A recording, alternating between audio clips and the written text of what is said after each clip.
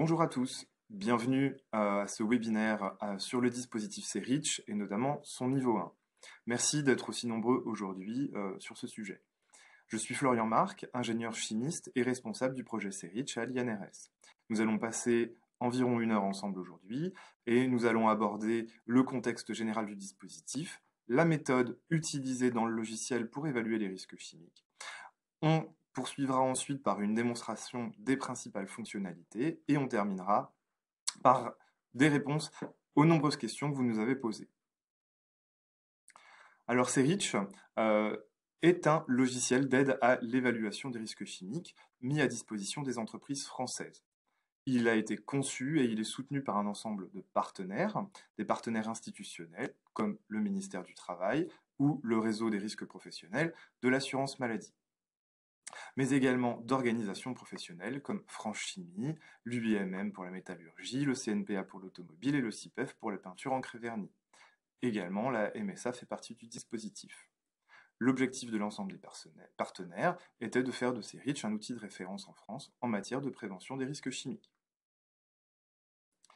Le dispositif C-REACH, c'est tout d'abord un site internet, www.creach.fr. Sur ce site, vous trouverez de l'information concernant la prévention des risques chimiques et c'est là que vous pourrez télécharger le logiciel. Mais c'est également une chaîne YouTube dédiée où vous pouvez visualiser des webinaires comme celui que nous sommes en train de faire, des témoignages d'utilisateurs et des vidéos d'aide. Le dispositif C-REACH, c'est également un dispositif d'assistance puisque vous n'êtes pas laissé seul face aux risques chimiques et à l'utilisation du logiciel. Donc, l'ensemble des partenaires a mis en place une assistance informatique, fonctionnelle sur le logiciel, mais également métier sur la prévention des risques chimiques. Et pour cela, nous avons formé un réseau de plus de 150 référents au sein des partenaires. N'hésitez pas à faire appel à eux. Le logiciel en lui-même, je vous le disais, il est téléchargeable librement sur le site C-REACH. Son utilisation est libre également. Vous installez le logiciel en local sur votre ordinateur, ce qui fait que les données sont sécurisées. Elles ne sont pas sur Internet. Vous pouvez par contre stocker ces données en réseau. On y reviendra tout à l'heure. Internet n'est pas nécessaire pour l'utilisation quotidienne du logiciel, mais est nécessaire pour ses mises à jour. Et le logiciel n'est pas obligatoire réglementairement parlant.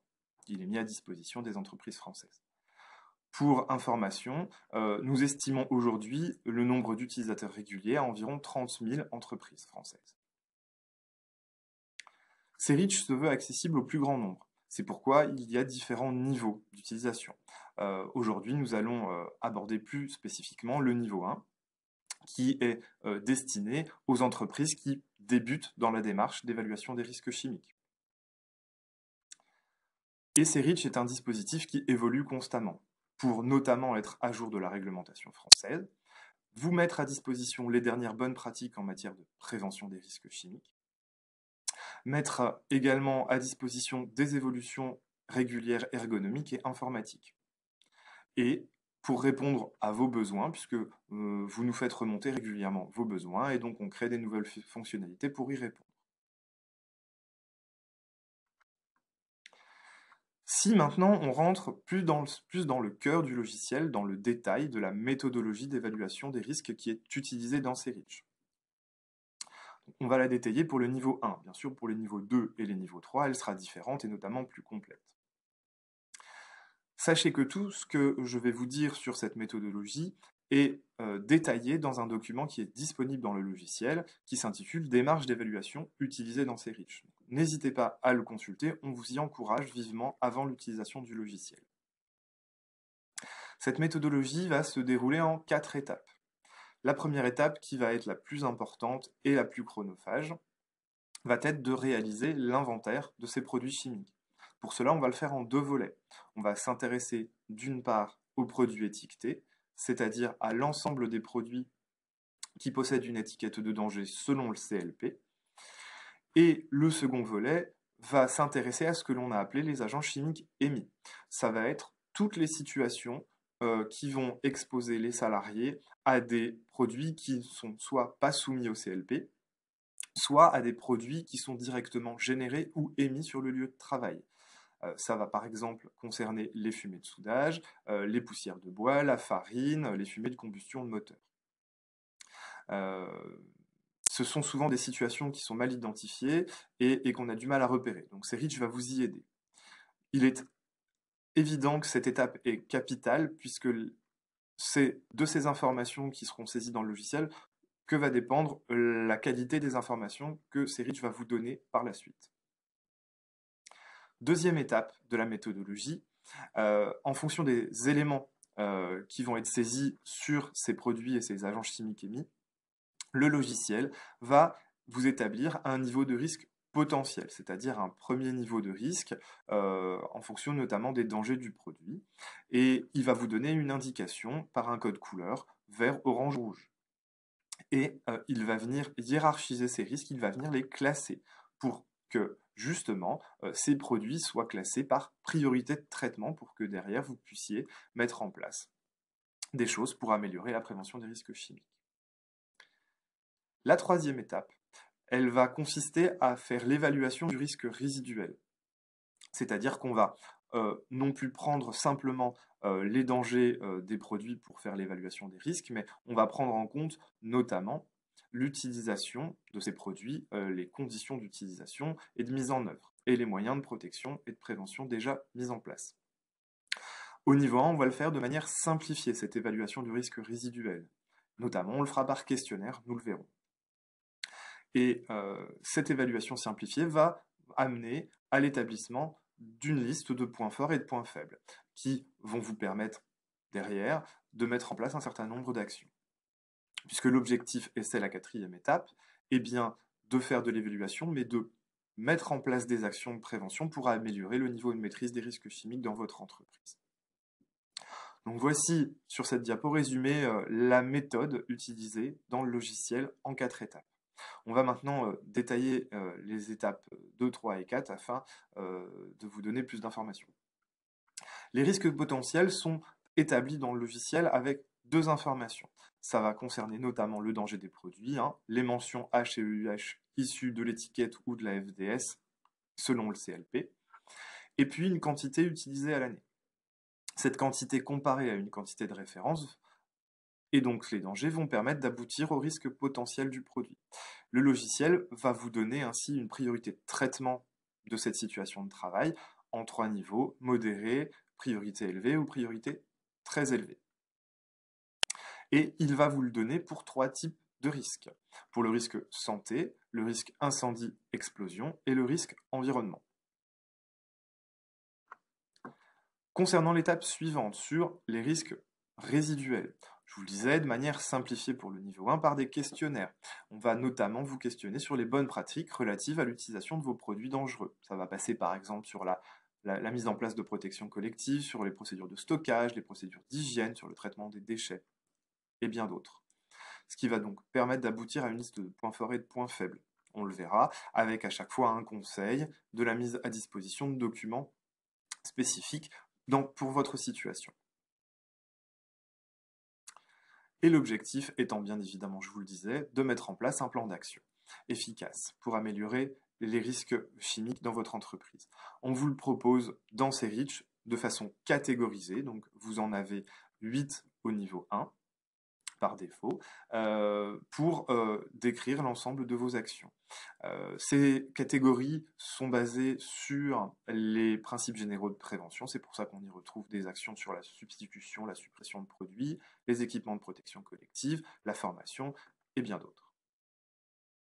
Le plan d'action, il va être constitué bien sûr sur la base des données qui ont été saisies sur les produits étiquetés et les agents chimiques émis, et sur le résultat des évaluations des risques. C-REACH vous propose des actions de manière automatique en fonction de ces données saisies, que vous pouvez accepter ou refuser.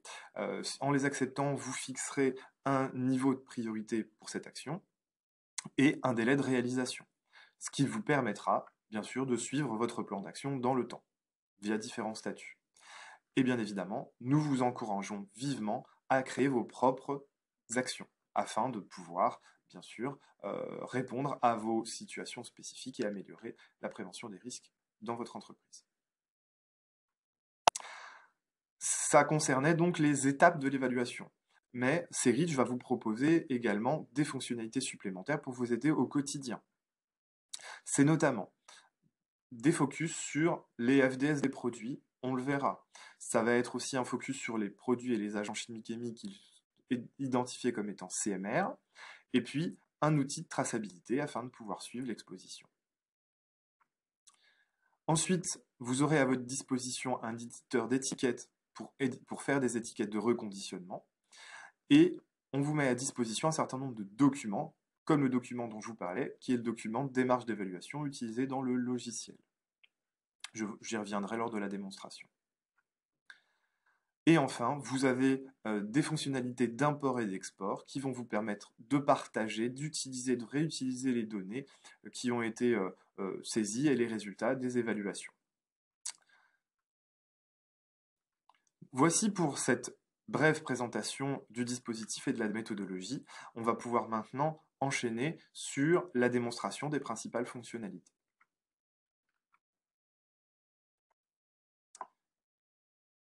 Donc, voici le logiciel CERITJ. Lorsque vous l'ouvrez et que vous créez un fichier, les fichiers CERITJ sont des fichiers .ser. C'est ce que l'on appelle communément l'inventaire. Vous pouvez créer autant d'inventaires que vous le souhaitez, autant de fichiers .ser que vous le souhaitez. Nous vous conseillons vivement de sauvegarder ce fichier .ser sur votre ordinateur en local. Ainsi, ça va sécuriser ces données. CERITJ est fait pour pouvoir sauvegarder ces données en réseau sur une baie de stockage. Cependant, vous serez alors dépendant des performances de votre réseau interne. Et si, pendant les nombreuses sauvegardes que réalise le logiciel, il y a un problème de réseau, alors vous avez des risques de perte de données. Donc on vous conseille vivement de stocker en local. Rien ne vous empêche de faire des copies et de les mettre à disposition sur une baie de stockage à destination de vos collaborateurs. Le logiciel se présente donc de cette façon avec, sur la partie gauche, des menus. Vous en disposez de 7 pour le niveau 1. On va dérouler la démarche d'évaluation des risques chimiques de haut en bas en naviguant dans ces menus. Dans chacun de ces menus, vous avez de gauche à droite un certain nombre d'onglets que vous allez pouvoir consulter et remplir pour également dérouler la démarche. Dans chaque écran, vous aurez accès à cette série de boutons. Je vais vous en présenter deux qui sont très importants, notamment le bouton d'aide avec le point d'interrogation. C'est via ce bouton que vous allez accéder à une aide contextualisée en ligne. C'est-à-dire que vous aurez, en cliquant sur ce bouton, accès à de l'information spécifique sur l'écran que vous êtes en train de consulter. À quoi correspondent les informations qui y figurent, à quoi sert tel bouton, tel champ, comment le remplir. N'hésitez pas à consulter cette aide en ligne si vous êtes perdu ou si vous avez la moindre question. L'ensemble du contenu de l'aide en ligne est disponible dans un document. Je vous le montrerai tout à l'heure dans l'outil. Deuxième bouton très important pour vous, c'est la roue dentée, le menu de configuration. En cliquant sur ce menu, vous retrouvez un certain nombre d'informations, dont le niveau que vous aurez choisi, et une option pour activer ou désactiver la sauvegarde automatique. Je vous le disais, CERITJ fait de nombreuses sauvegardes régulières. Plus votre inventaire, votre fichier va être volumineux, et plus ces sauvegardes pourront prendre du temps. Et si cela vous embête dans votre utilisation quotidienne du logiciel, n'hésitez pas à venir désactiver la sauvegarde automatique pour que vous puissiez choisir le moment le plus opportun pour vous pour faire ces sauvegardes.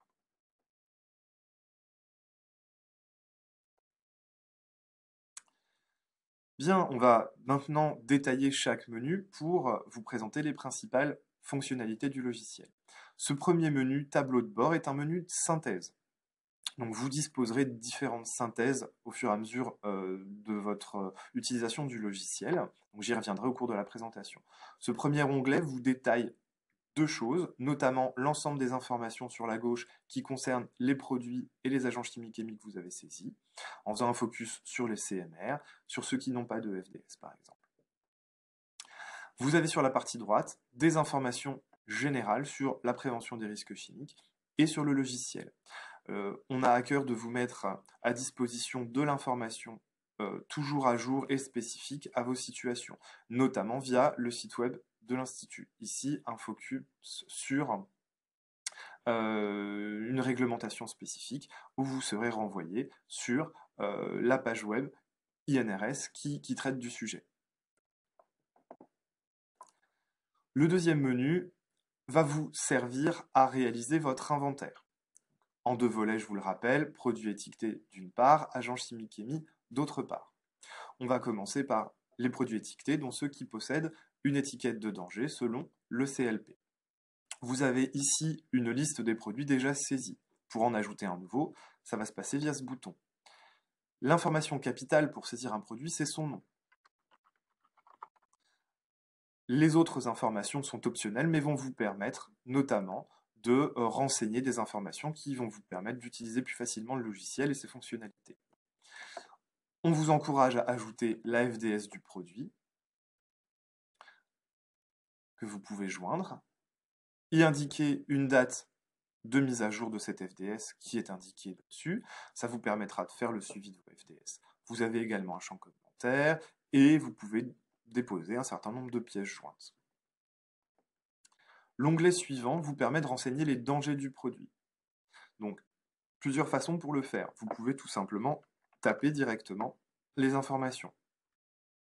Vous pouvez aussi vous servir de la FDS que vous avez ajoutée en cliquant sur Analyser la FDS. Le logiciel fait un traitement graphique du fichier. Vous vous positionnez sur là où les pages qui contiennent les informations sur les dangers des produits. Vous cliquez sur Analyser. Le logiciel reconnaît automatiquement les mentions de danger. On vérifie sur la page suivante que des mentions ne sont pas manquantes. Ensuite, on est amené à les vérifier en fonction de ce que le logiciel a proposé en fonction du fichier. On les ajoute à la fiche produit. Et vous retrouvez ainsi l'ensemble des informations sur les dangers du produit. Vous pouvez compléter en ajoutant les pictogrammes et la mention d'avertissement. Concernant le troisième onglet, il va vous permettre de renseigner la consommation. Deuxième élément important pour évaluer les risques potentiels, comme je vous l'ai montré tout à l'heure. Vous pouvez le faire au niveau 1 de 2 façons.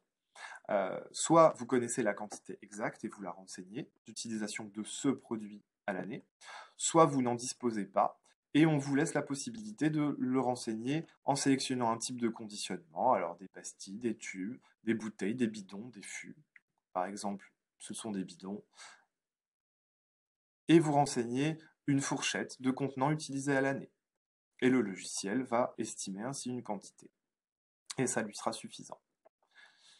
Vous disposez sur cet écran de champs qui ne sont pas obligatoires, mais qui sont très utiles pour faire le suivi de vos évaluations des risques. Ce sont des champs de date qui vous permettent de renseigner si le produit est toujours utilisé, toujours présent dans l'entreprise. Ainsi, en renseignant par exemple la date de fin d'utilisation du produit, vous dites au logiciel que le produit n'est plus utilisé, mais toujours stocké dans l'entreprise. Et en renseignant la date de fin de présence dans l'entreprise, là, vous lui dites que le produit est totalement éliminé, il a disparu de l'entreprise, il n'est ni utilisé, ni stocké. Donc, en renseignant une date, par exemple au 1er octobre, sur ce produit qui n'est plus présent dans l'entreprise, le logiciel vous avertit via un petit message des conséquences, notamment, et des warnings qu'il faut avoir en tête. Le quatrième onglet de cet ajout de produit vous donne un résumé de l'ensemble des informations qui ont été saisies et vous donne également, ce que vous visualisez ici, le niveau de risque potentiel identifié par le logiciel. Vous avez également des spécificités réglementaires qui peuvent apparaître en fonction des données saisies. Cette fiche, vous pouvez l'exporter au format PDF et vous en servir pour, par exemple, l'afficher sur le lieu de travail et vous en servir pour, par exemple, faire de la formation ou de la sensibilisation au risque chimique auprès de vos salariés. En cliquant sur Terminer, on ajoute notre produit. Alors, il va se retrouver dans la liste. Alors, il va se retrouver à la fin puisque on a dit qu'il n'était plus utilisé ni stocké. Donc, il est donc barré, vous le voyez ici, avec un statut éliminé. Ici, vous avez par exemple un produit qui est seulement stocké, les autres étant utilisés. Vous disposez donc via cette liste notamment de la FDS et de la date de mise à jour de ces produits. Je vous ai présenté comment saisir un produit dans le logiciel avec les champs que nous vous proposons. Mais vous pouvez être intéressé par créer vos propres champs puisque vous pouvez, selon votre activité ou votre secteur, avoir des besoins spécifiques. Et ça va se passer ici. On a créé une fonctionnalité qui s'intitule les champs personnalisés.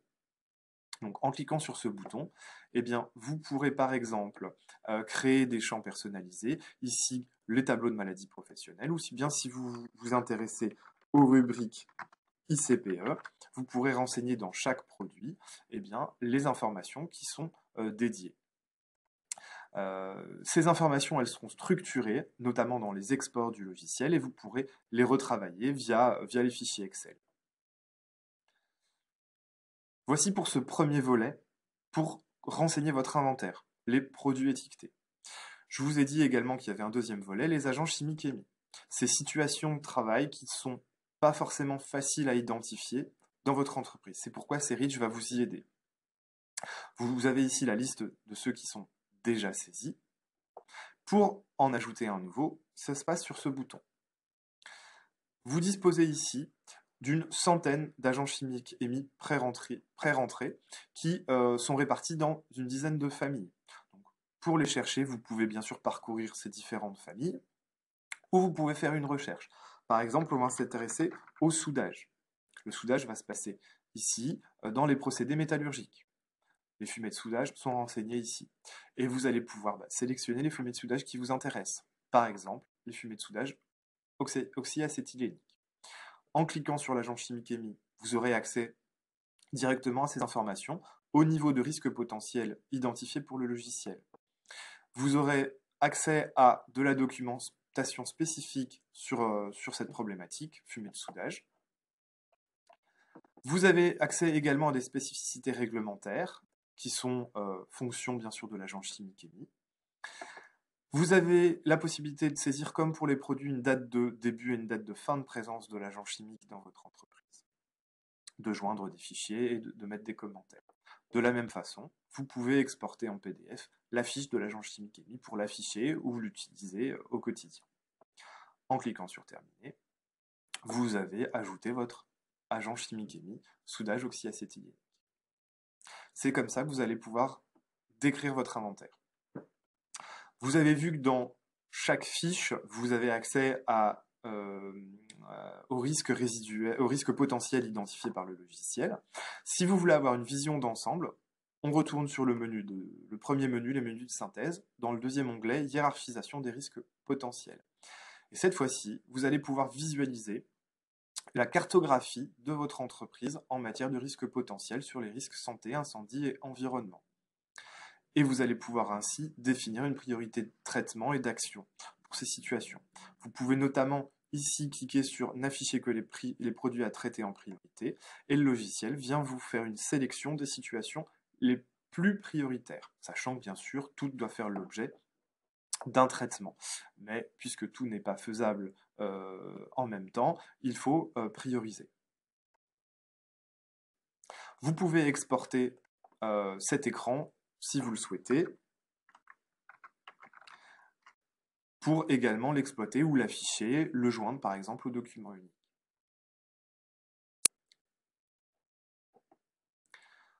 On vient donc de voir comment réaliser l'évaluation des risques potentiels. L'étape suivante, c'est l'évaluation des risques résiduels. Ça se passe au niveau de ce troisième menu. Alors, on a ajouté des nouveaux produits, donc le logiciel vous indique que l'évaluation précédente n'est plus valable, qu'il faut l'actualiser. Je vais conserver mes anciennes réponses et je dois les adapter avec mes nouveaux produits, mes nouvelles situations. Le logiciel vous invite à remplir 4 questionnaires, un questionnaire d'ordre général sur des bonnes pratiques, sur le stockage des produits par exemple, sur des mesures spécifiques lorsque des poudres sont utilisées, voilà, tout un tas de situations auxquelles vous devez répondre. Ensuite, un questionnaire spécifique sur les risques pour la santé, avec une mise en évidence des produits qui sont à traiter prioritairement pour la santé. Vous répondez à ces questions. Pour l'incendie, exactement la même chose, en vous indiquant ici que c'est notamment cette liste qui a subi une modification suite à la saisie des nouveaux produits et qu'il faudrait réactualiser ces réponses, et également pour l'environnement. Une fois que vous avez fini de répondre à l'ensemble de ces questions, vous cliquez sur Terminer et vous tombez sur le troisième onglet du menu de synthèse. Et ici, vous allez avoir une synthèse de vos points forts et de vos points faibles qui sont identifiés par le logiciel et qui est fonction des réponses à vos questions. On vous rappelle sur la partie gauche vos points forts, donc les bonnes pratiques qui sont déjà mises en œuvre dans votre entreprise. On vous met tout de même à disposition de la documentation complémentaire. Et sur la partie droite, on vous met à disposition la liste de vos points faibles, qui donc doivent faire l'objet d'amélioration. Donc c'est pour justement des pistes d'amélioration. Par exemple, il semble que vous ne disposez pas de matériel de premier secours, que les produits à risque pour l'incendie sont a priori chauffés, donc peut-être qu'il y a des choses à avoir ou des choses à mettre en place. Toujours avec de la documentation spécifique mise à votre disposition. Par exemple, ici, vous ne semblez pas éliminer les produits qui ne servent plus. Or, on va supprimer ces produits pour supprimer le risque qui sont liés. Et on vous met à disposition une brochure sur les déchets en entreprise. Vous pouvez exporter également cette liste de points forts et de points faibles que vous pouvez par exemple joindre au document unique.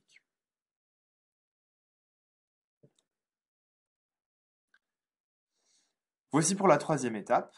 La quatrième étant bien sûr d'aller jusqu'à la mise en place d'actions de prévention pour améliorer le niveau de risque de votre entreprise. Ça se passe via ce quatrième menu. Nous vous proposons dans Ceritch, comme je vous l'indiquais, un plan d'action catégorisé. Donc, différentes catégories issues des principes généraux de prévention, avec des actions qui vous sont proposées directement par le logiciel, et vos propres actions que vous pouvez créer. Si on s'intéresse à la première catégorie, suppression-substitution, le logiciel vous a proposé 2 actions nouvelles, et il y a déjà 2 actions en cours, parce qu'on a déjà travaillé sur le sujet. Notamment, le logiciel vous propose, puisqu'il a identifié que le produit essence SP SCMR, d'entamer une démarche de substitution du produit. En double-cliquant sur l'action, vous avez la possibilité de la refuser ou de l'accepter. On va l'accepter. Vous lui donnez une priorité et une date de fin prévue. Alors, vous vous laissez peut-être 1 an pour déterminer les possibilités de substitution de ce produit. Vous validez. Vous pouvez nommer un pilote, y joindre des documents, mettre des commentaires. En cliquant sur Terminer, eh bien, vous avez accepté votre action et elle passe désormais en cours. Une fois la date de fin prévue dépassée, si aucune action n'a été réalisée dessus, elle passera en statut hors délai, ce qui vous permettra de suivre votre plan d'action. Vous pouvez bien évidemment également ajouter votre propre action pour eh bien, prendre en compte des choses que Ceritch ne vous aurait pas proposées.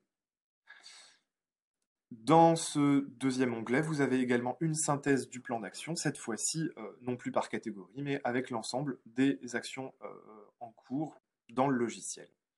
Vous pouvez exporter sous format Excel ces 2 écrans, bien évidemment, ce qui vous permet de les exploiter et par exemple également de les annexer au document unique.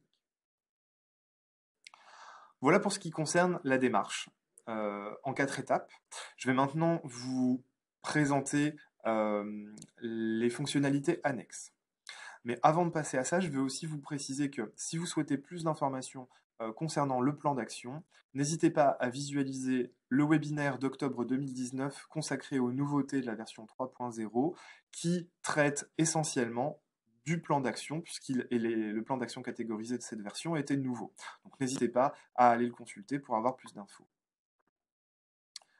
Maintenant, je vais passer au menu suivant pour traiter des fonctionnalités d'exploitation des données. Donc, vous avez 3 focus, un focus notamment sur les FDS des produits. Vous avez 2 tableaux, un tableau qui vous propose un récapitulatif des produits pour lesquels le logiciel ne possède pas de FDS, et un deuxième tableau qui concerne les produits pour lesquels les FDS semblent être trop anciennes, et pour lesquels il faudrait peut-être se renseigner, de savoir s'il n'y a pas eu une mise à jour de fait de la part du fournisseur. En sélectionnant ici un fournisseur en question, vous pouvez éditer directement un courrier type en français ou en anglais pour demander eh bien, la mise à jour ou la mise à disposition de ces FDS manquantes. Deuxième écran, deuxième onglet, cette fois-ci un focus sur les produits CMR. Alors, sur les produits étiquetés CMR 1A et 1B, et ensuite sur les agents chimiques-émis potentiellement identifiés comme CMR. Donc voilà, ça vous fait un focus pour traiter en priorité également potentiellement ces situations. Il est évident que l'ensemble de ces écrans est également exportable au format Excel avec les filtres utilisés et les produits et les agents chimiques-émis qui ont été identifiés avec leur niveau de danger, leur niveau de risque potentiel. Troisième onglet, un outil de traçabilité cette fois-ci. Donc, vous allez retrouver dans cet onglet l'ensemble des informations qui sont contenues dans le logiciel et des résultats des évaluations des risques. Et c'est ici que vous allez pouvoir faire notamment différentes recherches pour pouvoir faire le suivi des expositions. Vous pouvez filtrer par date de début et de fin de présence des produits. Si vous avez renseigné les dates dans les fiches produits, vous pourrez ainsi filtrer en fonction de leur présence et de leur utilisation. Vous pouvez également filtrer par type, par produit, par nom de produit, par mention de danger, par champ personnalisé également.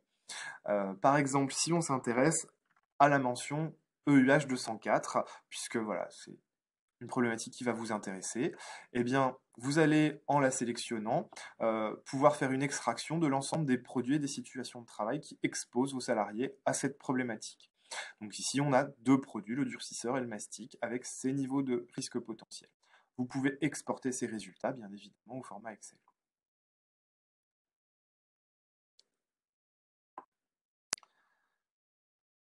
Je vais passer maintenant au menu suivant, menu outils et documents. Je vous disais tout à l'heure, on met à votre disposition un éditeur d'étiquettes de reconditionnement. Cet éditeur d'étiquettes va vous permettre, en fonction des données saisies pour un produit, de visualiser une étiquette au format réglementaire en sélectionnant la contenance de l'emballage de reconditionnement et vous pourrez éditer une planche d'étiquette que vous pourrez ensuite imprimer pour pouvoir étiqueter vos contenants de reconditionnement. Deuxième onglet de ce menu qui met à disposition des documents. Donc, différents documents pour vous aider au quotidien. Je ne vous les présenterai pas tous, mais les plus importants, notamment un guide de prise en main, qui est un guide recto verso, qui va vous détailler les principales fonctionnalités des différents menus. Donc ça peut être important ou judicieux de l'avoir à côté de vous lorsque vous utilisez le logiciel pour ne jamais être perdu. Quoi qu'il arrive, vous avez également l'aide en ligne via le bouton point d'interrogation si vous êtes perdu. Vous avez également, je vous en parlais, l'aide en ligne complète de ce niveau 1 de CERITJ, donc c'est un document relativement volumineux, il fait plus de 100 pages, mais vous avez grosso modo dans ce document le manuel d'utilisation du logiciel. Donc voilà, ça vous permettra de trouver les réponses à de nombreuses questions. Enfin, vous disposez du fameux document des marges dont je vous ai déjà beaucoup parlé, des marges d'évaluation utilisées dans CERITJ. Ce document d'une trentaine de pages vous détaille la méthodologie utilisée, l'ensemble des paramètres employés, demandés dans ce document. Donc on vous invite à le lire vivement pour pouvoir utiliser sereinement le logiciel. Dernier menu, qui va vous permettre également de réaliser de nombreuses opérations, c'est un menu d'import et d'export. Le logiciel vous permet d'exporter vos données de diverses façons. Vous pouvez notamment exporter l'ensemble de l'inventaire, l'ensemble des données sous format Excel. Vous aurez ainsi à votre disposition l'ensemble des informations feuille après feuille, donc l'ensemble des informations sur vos produits, l'ensemble des évaluations des risques pour les produits, pour les agents chimiques émis, et ensuite l'ensemble du plan d'action avec chaque catégorie du plan d'action. Vous avez également la possibilité de faire un export de l'inventaire complet au format Serich, le .ser. Donc c'est tout simplement créer une copie de sauvegarde de votre inventaire. Comme vous pourriez également le faire via un copier-coller sous Windows sur le fichier .ser. Vous avez également la possibilité d'exporter votre inventaire au format SERL, c'est-à-dire un format Serich en lecture seule. Ainsi, vous disposerez d'un fichier qui ne sera consultable qu'en lecture, c'est-à-dire pas d'écriture, pas de modification possible. Ainsi, vous pourrez transmettre sereinement votre fichier à des collaborateurs, à la médecine du travail, l'inspection du travail, un collaborateur de CARSAT, pour travailler avec lui sur le sujet, sans que, malencontreusement, les données puissent être modifiées. Et dernier export possible, un export de la base de données produits étiquetés, qui lui servira à pouvoir être réimporté pour réintégrer des informations. Donc au format Excel ou dans un format qui inclut les pièces jointes comme les FDS. Vous disposerez ainsi de l'ensemble des informations qui ont été saisies sur les produits étiquetés et que vous pourrez envoyer à un collègue, à un autre site, une filiale du groupe, pour qu'il n'ait pas besoin de ressaisir l'ensemble de ces informations, puisque via le menu import, ils pourront directement venir importer ces données et Serich créera les différents produits selon les informations figurant dans ce fichier. Vous disposez également ici d'un fichier Excel vierge qui pourrait vous servir si vous disposez d'informations sur vos produits dans un fichier, par exemple une base de données, un fichier de commande, de stock. Vous venez coller dans cette feuille Excel les informations dans les bonnes colonnes, donc le nom du produit dans cette colonne, le nom du fournisseur ici, et en venant importer ce fichier Excel, vous viendrez créer automatiquement les fiches des produits et vous n'aurez plus qu'à compléter les informations manquantes. Vous avez également dans cet onglet une fonctionnalité de fusion d'inventaire si vous souhaitez réunir les informations de l'inventaire en cours de consultation et d'un autre inventaire que vous viendrez saisir ici. Voilà pour ce qui concerne cette rapide présentation des principales fonctionnalités du logiciel. Je vais maintenant passer aux réponses à vos nombreuses questions. Alors, on ne pourra pas répondre à toutes vos questions, mais on en a sélectionné un certain nombre, les principales. Et si vous n'avez pas eu la réponse à votre question, je vous inviterai à la poser de nouveau. J'y reviendrai tout à l'heure. Alors, tout d'abord, vous vous interrogez de savoir si l'utilisation de Serich est obligatoire. Alors non, comme je vous le disais en début de présentation, Serich est un outil qui est mis à disposition des entreprises françaises par l'INRS et ses partenaires, mais il n'est pas d'utilisation obligatoire. L'employeur est obligé par le Code du travail d'évaluer ces risques chimiques, mais il le fait de la manière qu'il le souhaite. L'INRS et ses partenaires mettent à votre disposition ce logiciel pour vous y aider. Ensuite, vous voulez savoir comment Serich se met à jour.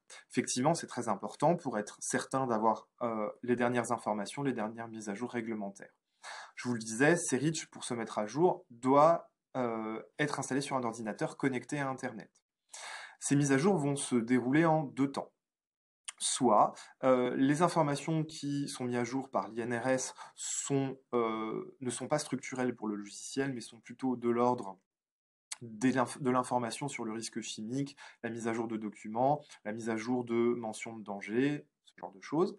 Alors, le logiciel va mettre à jour ce que l'on appelle le référentiel de manière transparente pour l'utilisateur s'il est connecté à Internet. Et ces informations seront prises en compte lors de la prochaine ouverture du logiciel. En revanche, si les modifications qui ont été réalisées sont plus lourdes, ce sont des modifications ou l'ajout de nouvelles fonctionnalités, c'est structurant pour le logiciel, cette fois-ci on va avoir une nouvelle version logicielle. Et vous serez averti via cette fenêtre, si vous êtes connecté à Internet toujours, que une nouvelle version est disponible. Et vous serez invité à vous connecter sur le site www.serich.fr pour télécharger cette nouvelle version, que vous pourrez installer après avoir désinstallé la précédente. Pour savoir quelle version vous êtes, vous pouvez aller dans le menu de configuration et dans l'onglet à propos. Vous retrouvez ici la version du logiciel et la version du référentiel.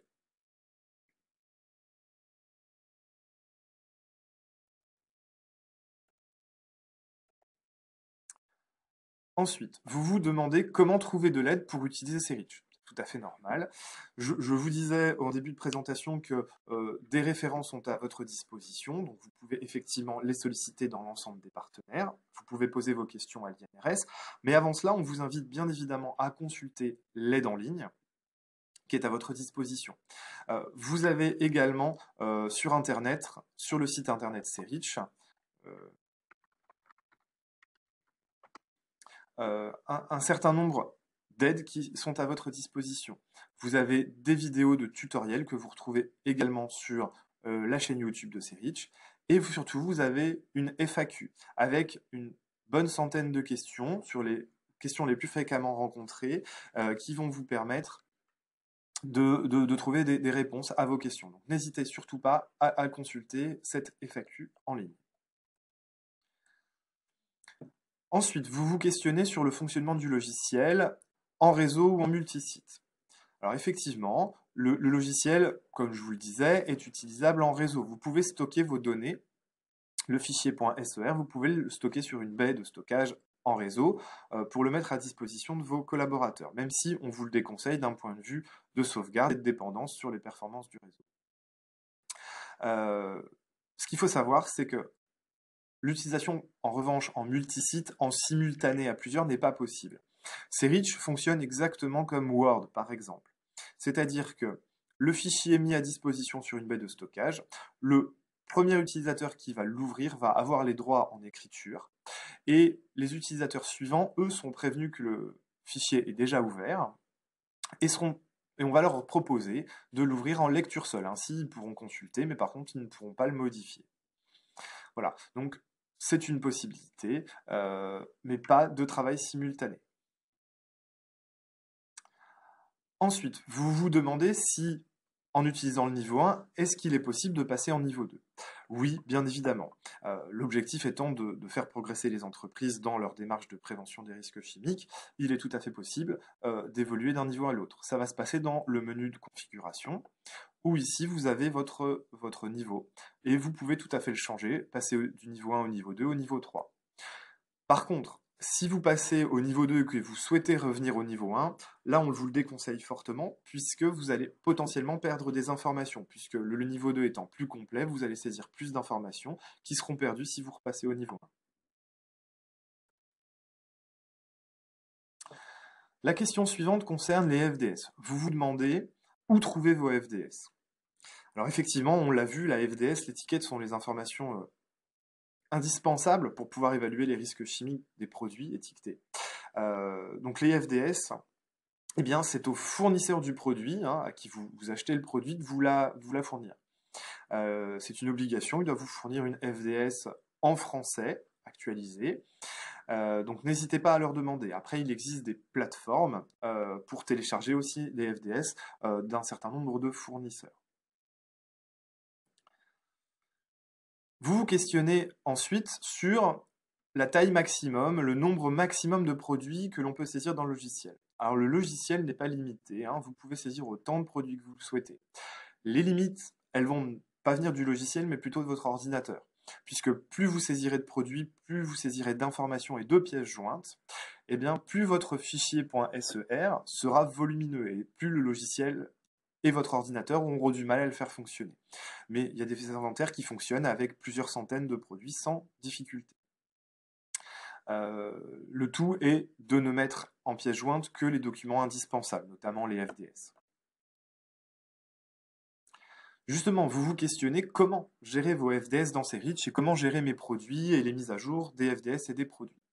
Bien, on va retourner sur l'onglet, sur le menu qui vous permet de gérer justement ces produits. Vous disposez ici notamment donc, de la liste des produits, des FDS et des dates de mise à jour. Si je vais dans un produit, vous avez ici donc un champ FDS où vous avez la dernière version de la FDS et sa date de mise à jour.